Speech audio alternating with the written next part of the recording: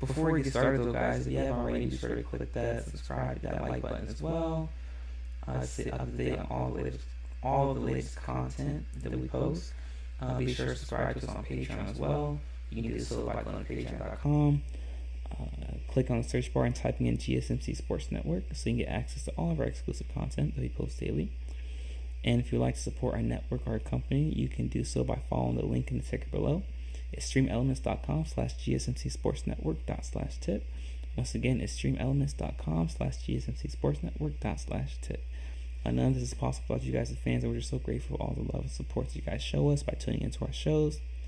It's an honor and it's grateful, and we are grateful, and I'm grateful as well. But with that being said, let's get right into it, guys. So, wow, what is wrong? What is going on with Alabama right now? So, as you guys know, Alabama struggled offensively against South Florida. They ended up winning by a score of 17-3.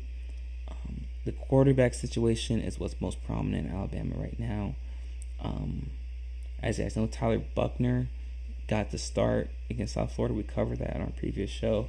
However, Alabama would eventually end up benching Buckner and bringing in Ty Simpson, who himself struggled as well. And so the quarterback issue is what's most prominent in Alabama right now. And I said that these were issues that can be fixed, and these are fixable issues, particularly with the offensive line. There's schemes you can run to kind of max that. The secondary is solid, is good, much better than people expected them to be. But if you listen, I'll never forget the old saying I learned is that if you have more than one starting quarterback, you have no quarterback. Or if you have a quarterback battle, then everyone dies, meaning that you have no quarterback, and which means you have no team. And this is why stuff like this needs to be addressed in the preseason. But I did talk about how if you're going to make a change, you have to make it right away, and you can't go back to who you originally had of being Jalen Milroe. Not because Jalen Milroe isn't the better quarterback, but because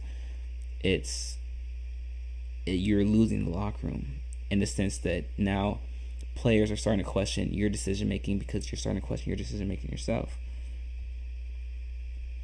And that's where Alabama's at. That's where Nick Saban is at. But I don't necessarily want to put the blame on. I'm not trying to deflect blame from Nick Saban in this moment right here. But Tommy Rees has to take a lot of flack for this as well. I mean, Tommy Rees coming from Notre Dame, bringing in Tyler Buckner. First of all, there's a reason. And, forgive me for not even speaking on this last week, but there's a reason that Buckner transferred from Notre Dame. Yeah, he was a starter, but, it says a lot for a quarterback that has to transfer, right? Like, if he's not even the starter at his previous school, and he transfers because he wasn't going to win the position at Notre Dame, why is it now all of a sudden a thought that he can win the starting position here at Alabama? And the reason he came was because Tommy Rees, his offensive coordinator, left and went and came here. But how often do you see that? How often do you see a quarterback leave a school because the coordinator left? Not because the head coach left, but because the offensive coordinator left, especially the quarterback position. How often do you see that? You rarely ever see that.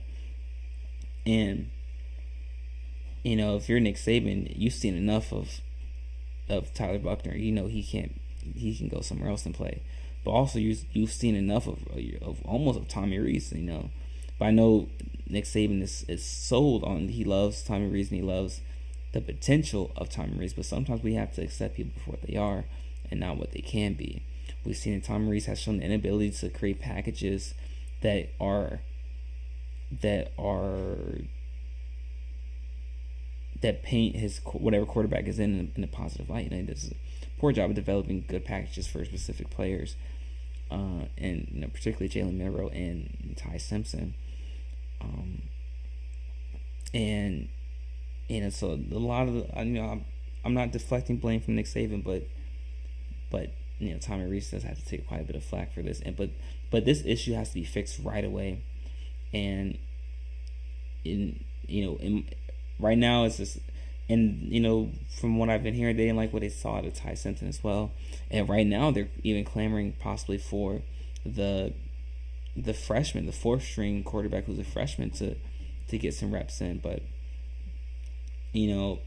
I watched the game. I saw enough from Tyler Buckner, and I saw enough from Ty Simpson as well. And I still believe Jalen Milroe is the best quarterback on that team, and it was premature to bench him and to pull him. But the more dysfunction you have at the quarterback position, the more dysfunction your team is going to have. And that's the one position where it has to be stable. It has to be stable no matter what. And it's reflecting in Alabama. It's reflecting in their performance. So, Nick Saban is going to have to adjust this right away. And he's got to make a decision, if not by today, by tomorrow at the latest, because whoever you stick with is going to be a quarterback for the rest of the season. Because I've seen enough of Simpson. I've seen enough of Buckner. Anyway. So it's got to, if he goes back with Milroe, he has to stick with Milroe. He has to trust Milroe. But Reese has to create packages that are conducive for Milroe's skill set.